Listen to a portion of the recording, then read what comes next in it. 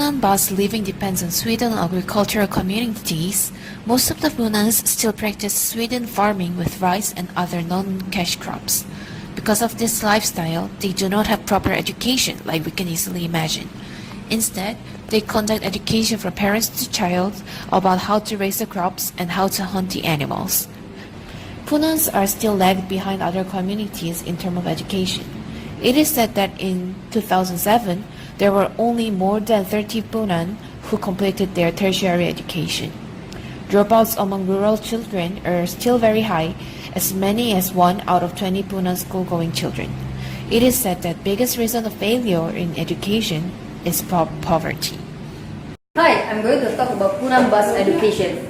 Punan is still very much in need of help adapting to the new cash economy, which have grown rapidly with opening up of rural land for large-scale commercial farming. They are also still lag behind other communities in terms of tertiary education. This is one of the famous Punan schools. It is called SK Punan or Sekolah Kebangsaan Punan. It is still operating and it has only morning session. It is a government school. This school is a mixed school which consists of boys and girls, and their first language is Bahasa Malaysia. Hi guys, I'm going to be talking about the society structure of Punan Ba ethnics. Punan is a stratified society. This means they are classified and arranged into different groups. It consists of Laja, which is the aristocrats, Payan, which is the commoners, and Lipan, which is the slaves.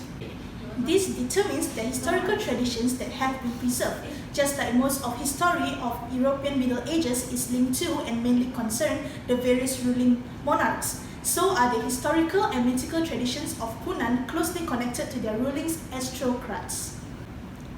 Now in Punan society group, they were led by their chief, and let me explain each of the group. The chief leader is the leader of the group, and they are considered more insightful leader, where the chief arranged his people for settlement and near to the downstream of river, where they remain formally to control upriver. Laja, known as aristocrat, came from the noble family, which came from direct descendant of their leader. Payan, known as commoner, come from a normal family, which they will helping in farming, fishing, and other types of activities, and they will give a good treatment by their leader. Lastly, Lipan, known as they, come from the prisoner from other tribes who lost in battle in securing territories.